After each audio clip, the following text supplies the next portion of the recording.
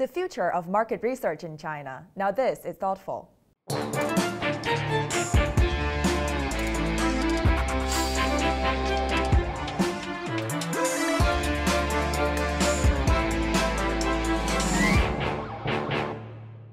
Hello, I'm Kitty Boo in Shanghai.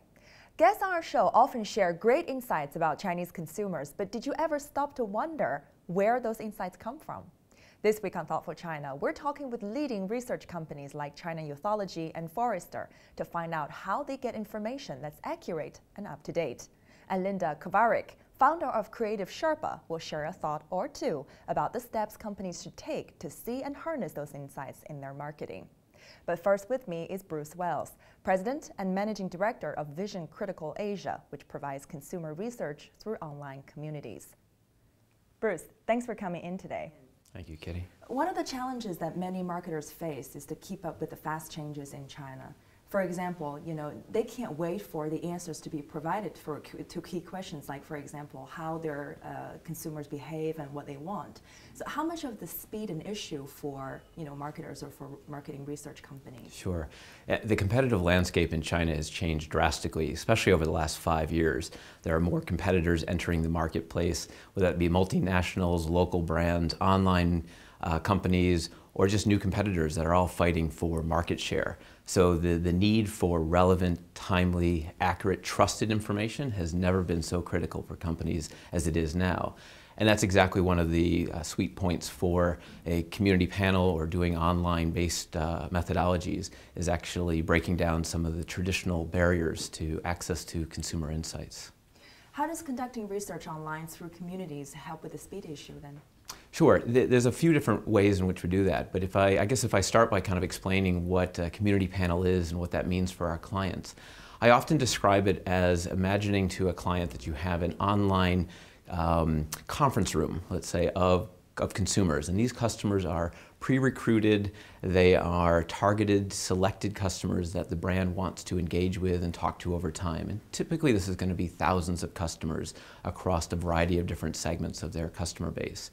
And I often describe it as, imagine that then the CMO, the CEO, the marketing team, brand team, product team can go into this online conference room anytime they need to ask consumers about their opinions or thoughts.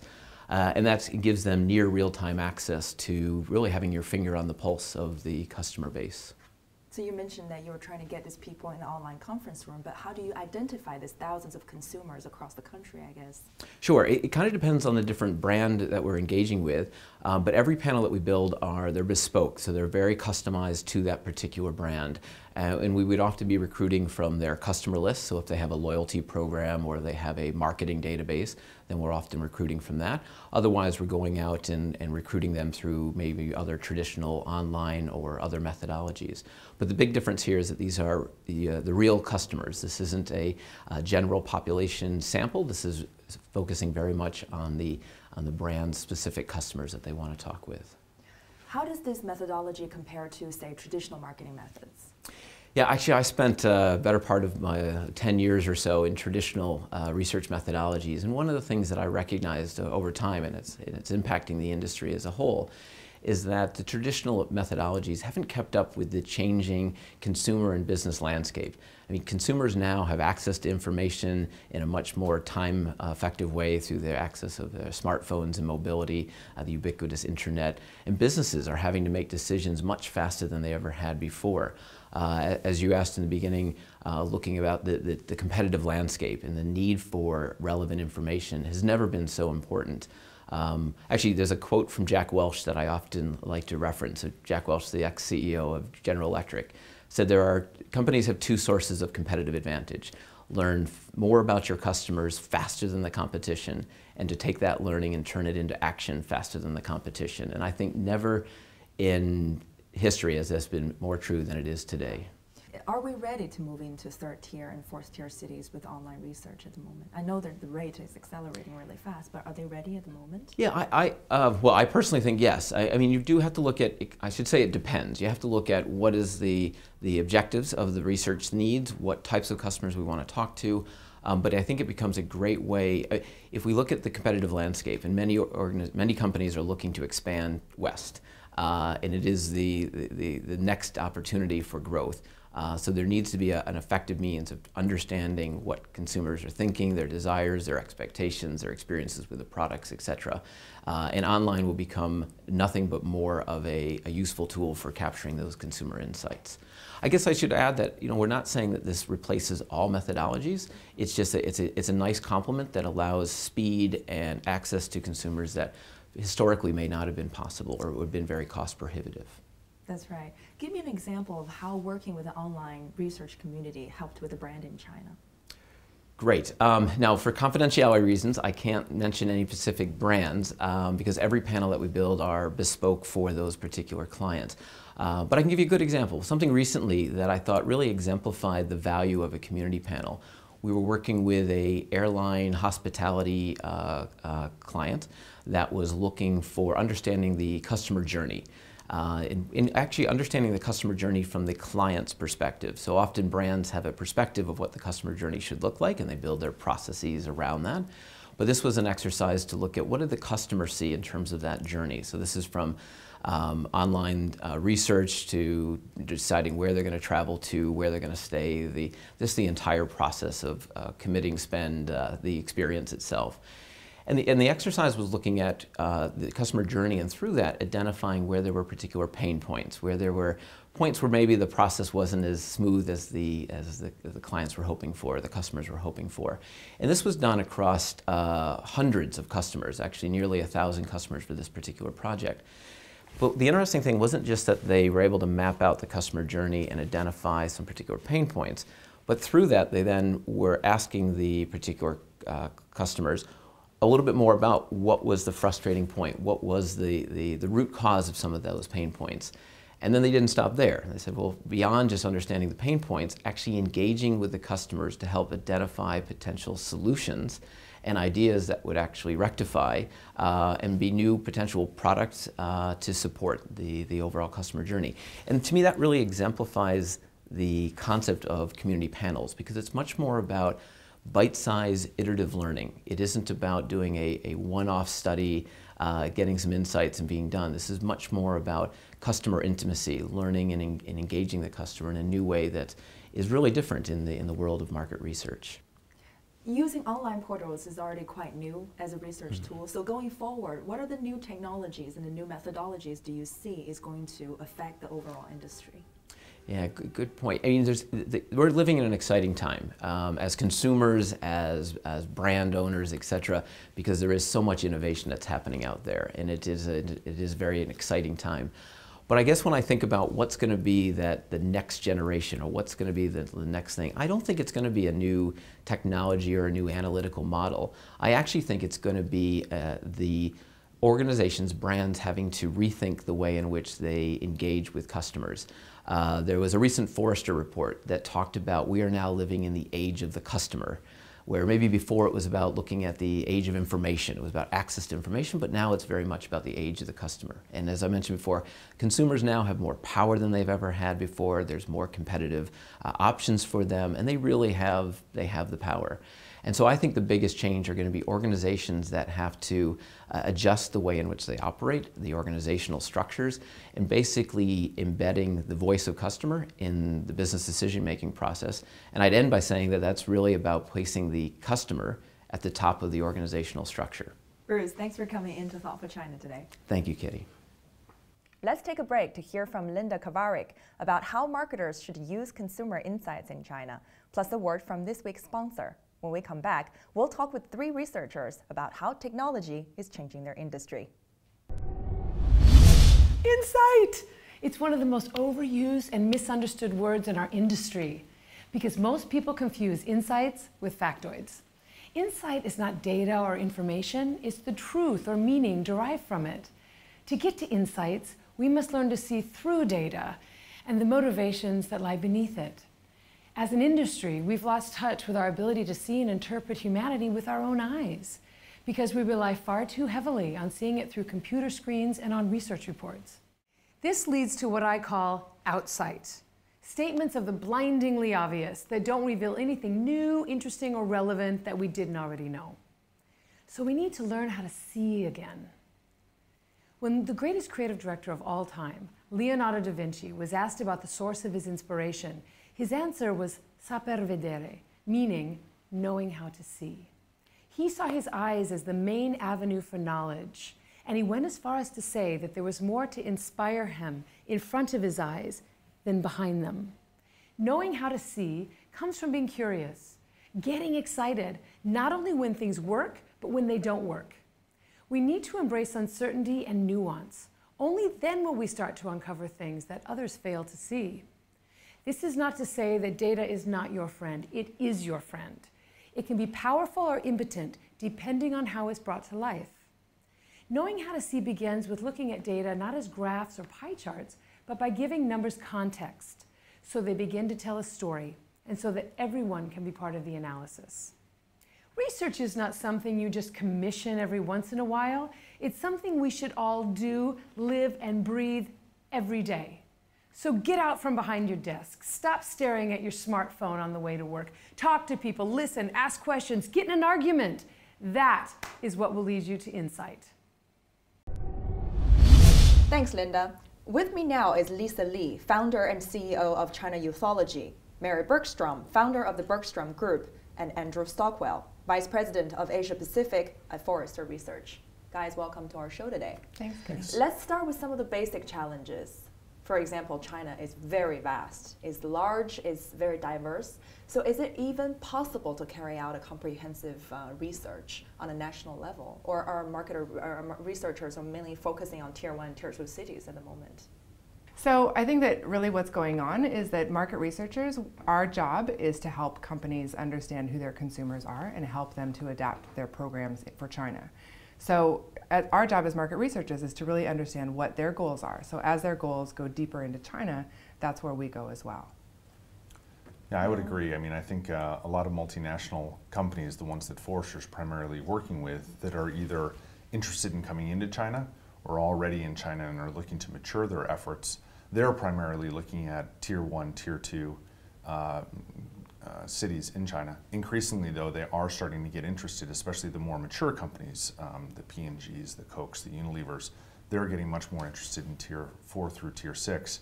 I think as consumers increasingly adopt digital touch points, that those tier, let's say 4 through tier 6 cities are going to become more interesting. And especially as the annual household disposable income for those consumers rises, they're going to be more interested in targeting those individuals. Yeah, I absolutely agree. And I think it's already happening that a lot of marketers today are looking at not only top tiers, but also the lower tier city. And 2 years ago, we did a foundation research for the lower tier young consumers. And the project was called China Normal. And we did some documentary video and stuff, and it got a lot of attention. Many marketers today are very interested into this lower tier consumers. What are the main challenges going deeper into the country beyond first and second tier doing market research? Is it cost? There's a cost component. I think there's also a component that most of those consumers aren't familiar with market research, so you have to find a way to really even educate them. To educate them and to get them interested in it and to get them to actually participate. Yeah, I think there's, in the lower tiers, there's certainly a cost consideration. It is more expensive, right? Because of what I was saying before about digital technology or touch point adoption. You can't do online surveys, even though we predict that by 2017, 750 million of Chinese consumers will be online. Right now, it's more like 500 million. But as those lower tiers adopt digital technology, it should be easier to do those surveys. I think there's also a healthy dose of skepticism. I mean, at least with some of the qualitative as well as quantitative research that we've done, consumers say, why are you talking to me? Why are you trying to get this information from me? And that's something to get over. And I think, honestly, I'm sure both of you have seen this. The other challenge that we have is because of the concept of face, a lot of consumers will say that they do things that they don't actually do, but they say that they do them because they want to be seen as more mature and more sophisticated, even if the primary research is anonymous and their responses are not going to be tied to them as individuals. Yeah, and the lower tier cities are less open. For example, if we have a foreigner researcher going to lower tier, it can be a very interesting thing for the lower tier consumers. They can get together and eventually meet a foreigner and stuff like that. And for example, we can hold youth to gather together for some free sharing in top tier very easily and hold conferences. But in lower tier, we have met more kind of regulations and obstacles in doing that. The society is less open. So having said that, that must mean that when you're moving into tier 3, tier 4 and beyond that, those cities, the methodology will be different. Absolutely. I mean, I think that how we approach consumers is what's the best way to get the most authentic insights from them. So it's not necessarily what's the easiest way for us, which of course would be, as market researchers, what can we do online? It's really a question of how can you create a deep connection, and how can you help a consumer to see when they're making a statement that isn't necessarily correct. So for example, if you talk to a consumer, and all of our researchers are mainland peer-to-peer, I don't get involved in any of the research. I don't have Hong Kongese or Taiwanese, because I feel that comfort level is really critical in helping them to really understand and feel at ease in telling us what they want to tell us. And then we also, whenever possible, go into the home and kind of see their behaviors to double check. Is that truly what they're doing? Or is there a nuance that we're missing that we need to explore further to get better results? Yeah, I think that, there's, for sure, a big portion of our business is syndicated research. So there is a base level of research that we do every year. I mean, we survey close to 400,000 consumers across 20 countries every year. In China, we do a base level of research as well that is multimodal. So there's a base level of information that helps us with consumer adoption, attitudes towards technology, and what have you. But I think the other thing to take into consideration, I think this is a really good point, Mary, that you made, is the objective of the customer. So on a custom basis, based on your product category, based on your stated objectives for the research, based on how you're going to use the information, you may choose very different modes of communication or modes of research. And you do want to choose the method that is going to get you, as you said, the most authentic and trustworthy data. But it does need to be very much tied to the client's or customer's objective. And the other trend for the data is to, shift away from what people say to actually observe what people do, and that happens both quantity and quality as well. In quantitative, I'm sure you can talk about how the data is from, the traditional data to behavioral data, and from qualitative, nowadays we do a lot more observation to actually participate into consumers' life and to see what's happening, and that's more true. It varies, right? I mean, doing market research in South Korea and Japan or Singapore and Hong Kong is very different than doing market research in China and India and Indonesia. And Sydney, I would lump into the first group as well. Developed markets with high penetration, more mature, a lot of experience of consumers with digital touchpoints and channels, you're going to have a different ability to survey than you are in, let's say, rural India or rural China or rural Indonesia. Those are much more expensive and difficult. Difficult in the sense of? In the sense of reaching and asking the questions. And because they're much larger populations, you have to survey larger numbers in order to get truly representative. I think also a lot of Westerners make the mistake of coming into China and treating the entire country as one market. China is not one market. China is divided north, south, rural customers versus urban consumers, coastal cities versus inland cities, sources of income, size of family, culture, dialect, food consumed, all sorts of different variables that you really need to take into consideration that make things very different from different parts of China. So that also makes it challenging. What are the biggest mistakes that marketers make in how they evaluate your research results? I think a common mistake is to only look at your category and don't really pay attention to consumers as holistically as individuals, and don't pay attention to societal changes, because in a society as fast changing as China, the marketers really need to understand the social disruptions and the changing cultural tensions and find a role for their brand and product under a big picture. I think there's a lot of opportunities there for the marketers. I think the biggest mistake folks make is taking one data point or one set of research and applying that to everyone. As we were saying before, you can't treat China as a singular market. And so, you know, it's good for an indicator, but you have to dive much deeper into the market, and especially in this new age of the customer, where personalized engagement and superior customer experiences are so important for customers. You know, you can't look at a huge group of consumers and make a conclusion from that. You really need to go into you know, micro segmentation if you want to truly understand their needs and behaviors, and to target them with customized and personalized offers. I think that the issue, you know, really is that still in China there is a global headquarters, and they have a brand that they have built for a very long time, and then they have a local team.